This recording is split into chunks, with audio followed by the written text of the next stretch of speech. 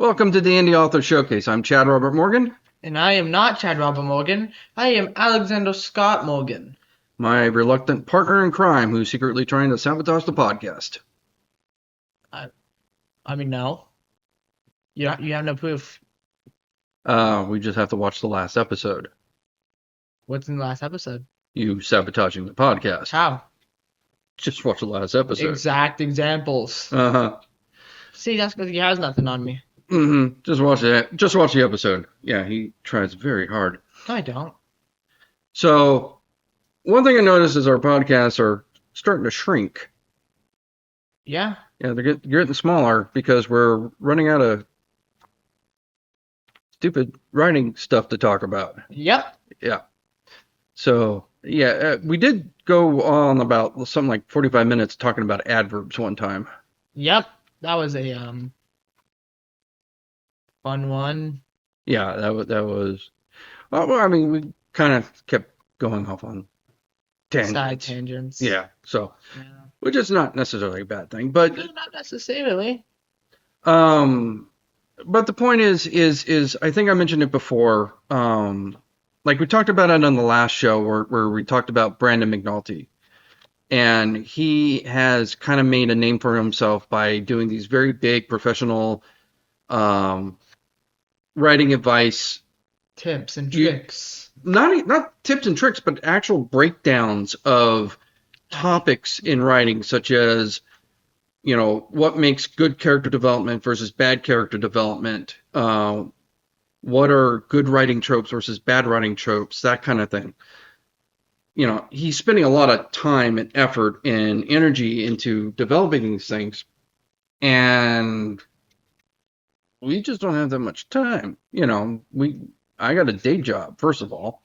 I mean, do you want to write all that stuff? No. Are you able to write that? I mean, do you know that much stuff about writing? Yeah. Yeah, you do not. How do you know? Because you watched his stuff. You can't just crib off of him. Why not? Because it's just copying him. And that's just plagiarism. And that is bad. why? Other than it's illegal. Why?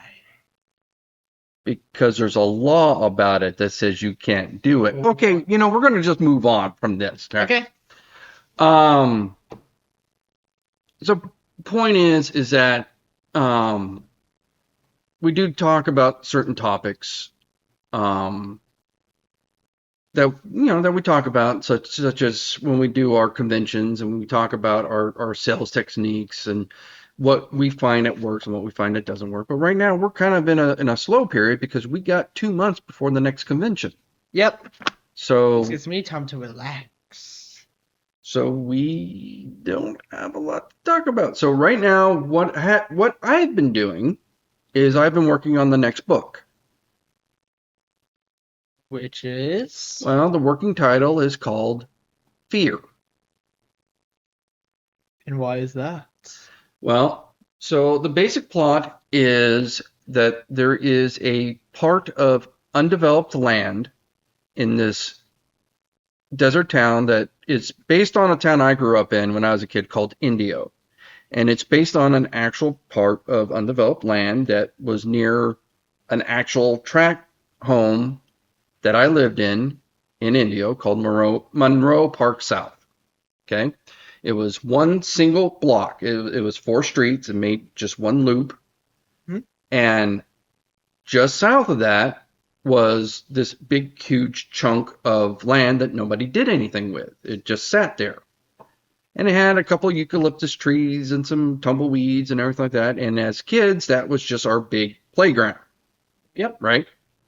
So in my book, that is no longer a playground.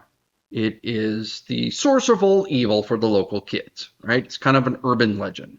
Except it's not an urban legend. There's actually a creature in there that all the kids are afraid of. And what happens is one of the kids grows up. And it's 20 years later, and they're going to bulldoze the area and put condos or something in there. No. And well, what in real life, because I looked it up on Google Maps, in real life that area has been bulldozed over, and I believe it's now like an old folks home or something like that. I hate old people. So this kid, he's 20 years later, he's afraid that if they bulldoze it out, the monster or whatever is going to escape. So he tries to sabotage the bulldozers or whatever and inadvertently starts a fire that burns the whole place down. So the monster has nowhere to go.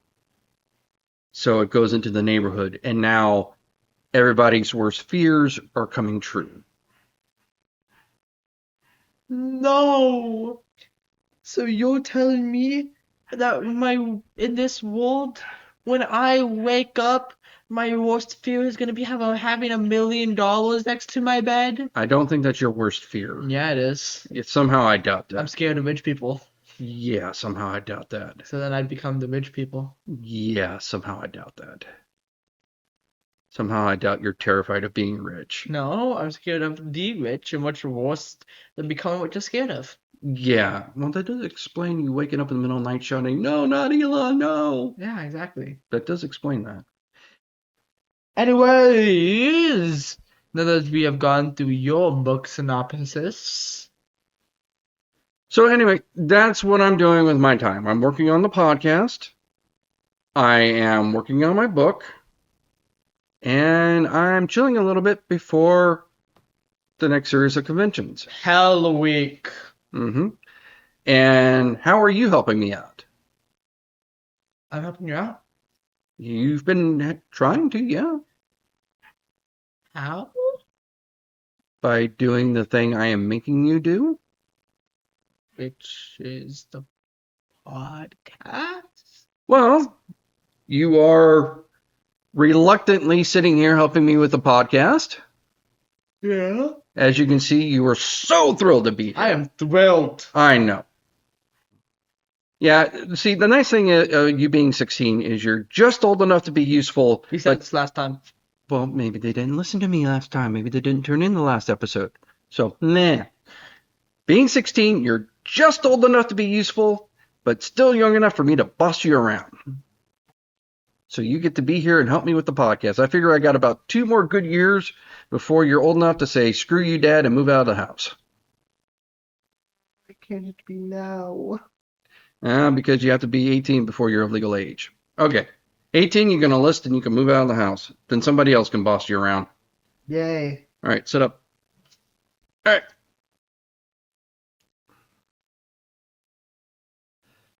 But seriously, how are you helping me these days?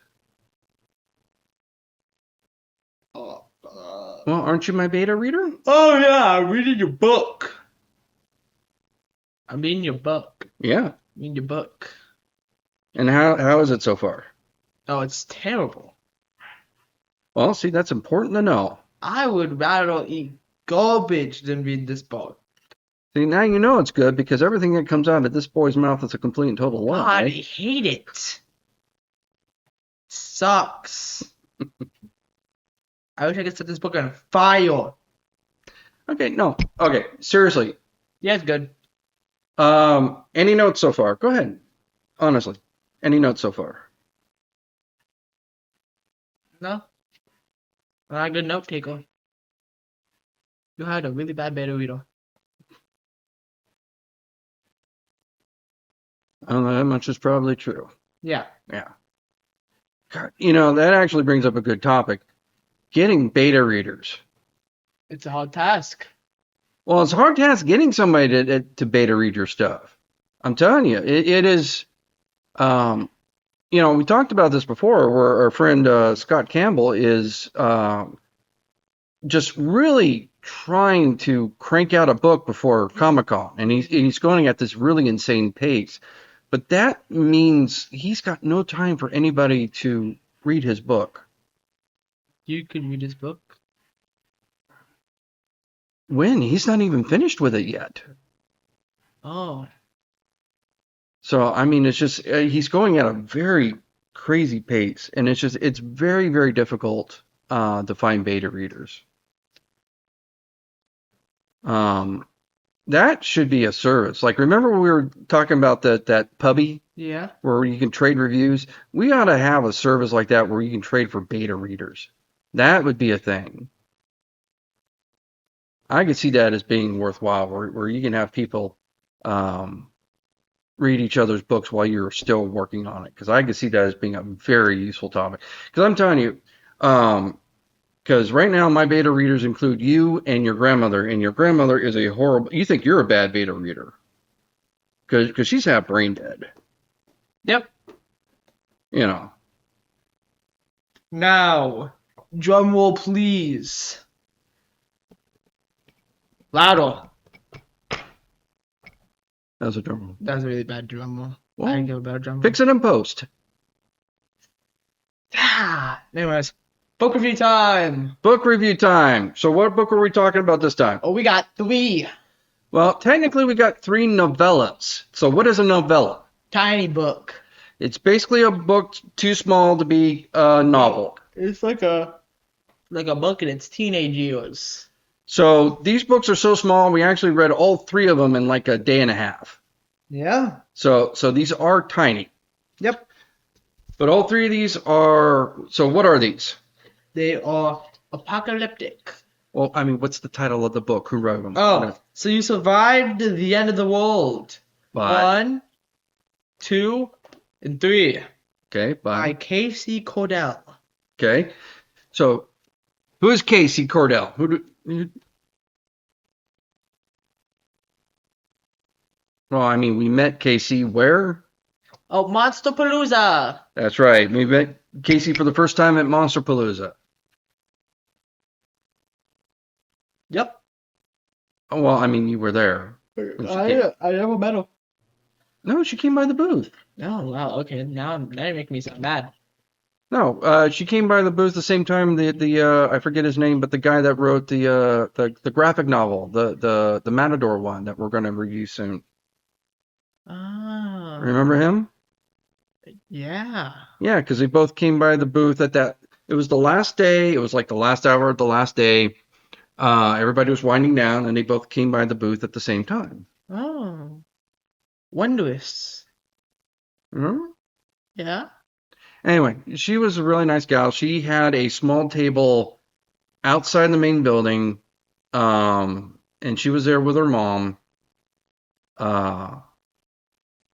And just really nice gal. I really enjoyed meeting her. She had a small table, which is kind of what we're going to do at Son of Monsterpalooza, because we're not going to have a full booth at Son of Monsterpalooza. We're just going to have the small table. So that's what she did, which is probably smarter. Yep.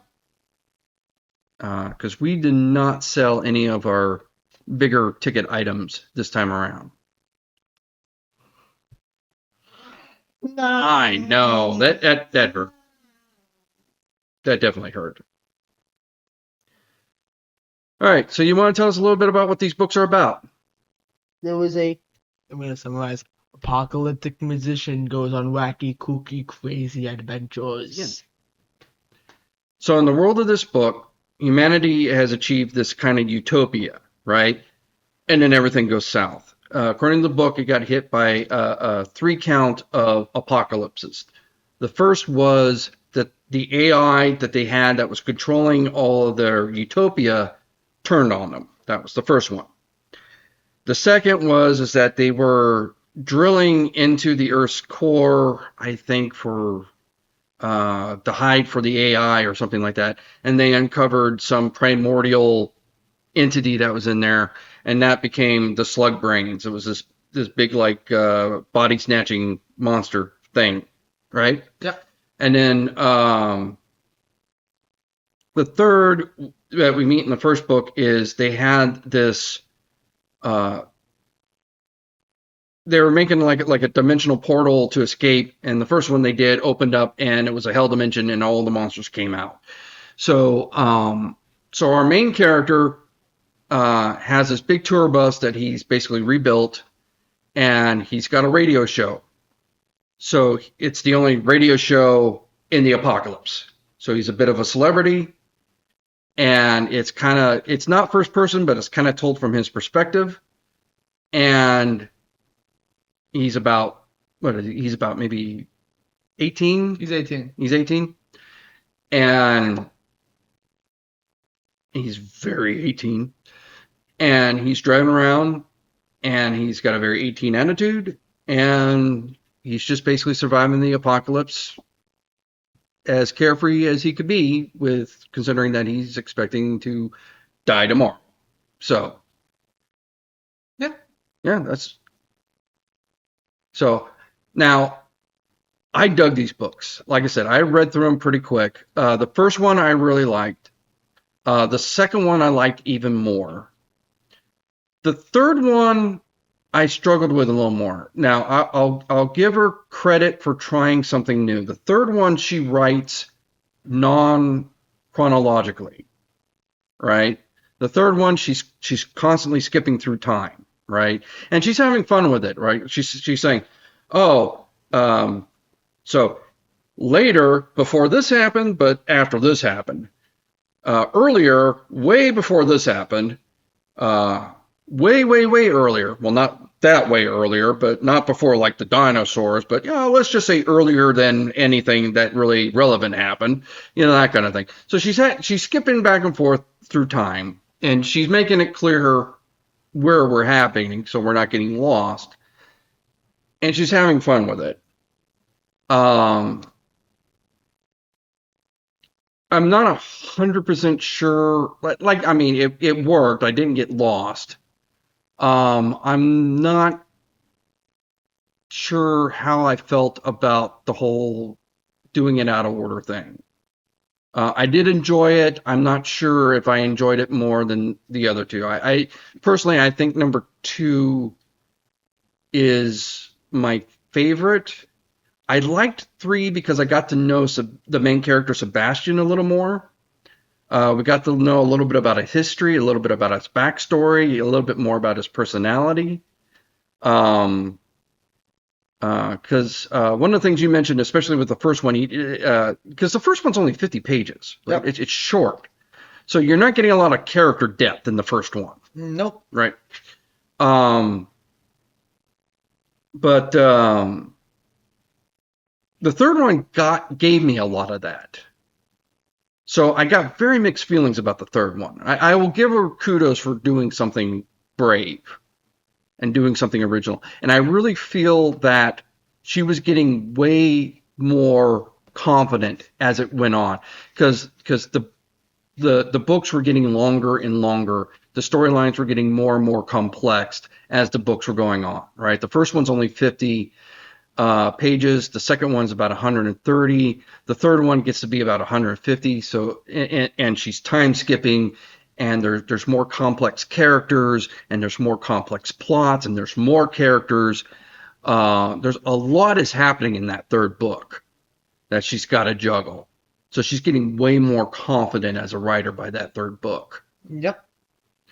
So I really do, and she's got a really good sense of humor as far as I'm concerned. Now, how'd you feel about it? I didn't think the sense of humor kind of landed with me that much. It did or didn't? Didn't, no. It felt like it was close, but like a year or two behind my sense of humor. See, now I thought this was kind of odd coming from you, because if you think about it, the kid is 18, he's snarky, he's overly self-confident, he's Asian, he's really into music, really into video games. The dude's you. Nah. The dude is you. Nah. He is totally you. Nah. The dude is so full of himself. He could have just named him Alexander. It would have been you. You are fibbing. You are a fibber. I am This not. could have been your freaking diary, man. I am not like that. It sounded so like you. I am not like that. Oh not my like me. God, it sounded so like you. That's not me. Yeah, she could have been channeling you. That's not true. Oh my God. Skim these podcasts. When have I ever acted like that? every goddamn episode. Really? Because I don't act like I normally do on the podcast. So, ha! Oh my god! Because on the podcast, we record very late at night. I should have your mother read this and see if it sounds like you. We record this podcast very late at night, so I'm not me right now. Late at night? It's 9 o'clock. You stay up till 2. Yes, but when I'm on 2, I am not caffeinated, but I am rejuvenated by the fact that my friends and talking bullshit to try to make your point when it makes no sense is exactly what Sebastian would do. I would not. That is not what I'm doing. That is exactly what he would do. I am being honest. His mouth until you talk your way out of a hole. It's exactly what he would do. I am just being honest. You are being BS. No, I am not. See, this is what. For example, just now before my friend left so we could film this, you know what I was doing? I was beating him at the neck. Just constant, just bam, bam, bam, bam, bam, bam. I did that constantly. See, this is what I'm talking. I don't do that to you, do I? You wouldn't dare. See, I don't do it. Okay, but in all fairness, Sebastian doesn't have any parents because they were killed by an AI. But no, like I said, this surprised me because I would have thought this would have totally been in your wheelhouse. I mean, like I said, she has a very sharp wit, very very comedic. A lot of pop culture references. I mean, a lot of things like there's like one part where she said this was going to go down as one of the biggest mistakes in history, like New Coke. Like that. There's times I was reading and I actually just started laughing out loud because I thought I legitimately thought it was that funny.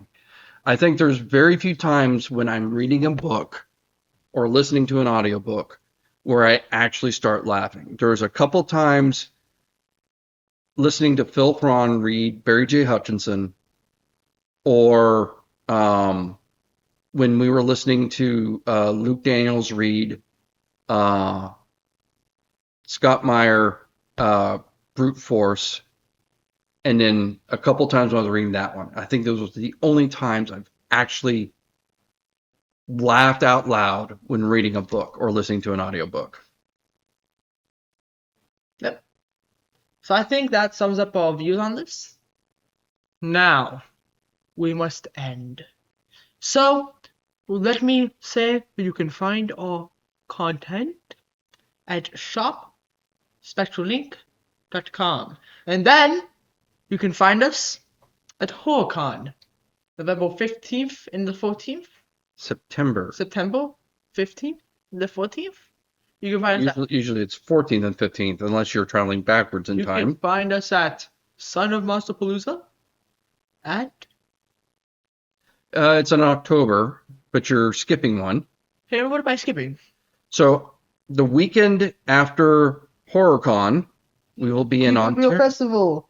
Huh? Keep It Real Festival. No. Keep It Real. Oh, no. Creep It Real OC is actually the same weekend as HorrorCon. Creep-IE, isn't it? It's Creep-IE. Same thing. No, well, no, it's not. They're several hundred miles apart.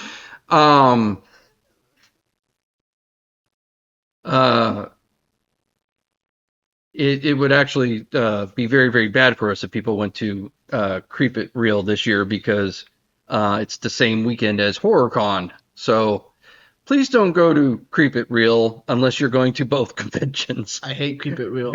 I actually like Creep It Real. We went to Creep It Real Festival. It was actually a really nice, fun convention. It's an outdoor convention in Santa Ana. It's really nice. I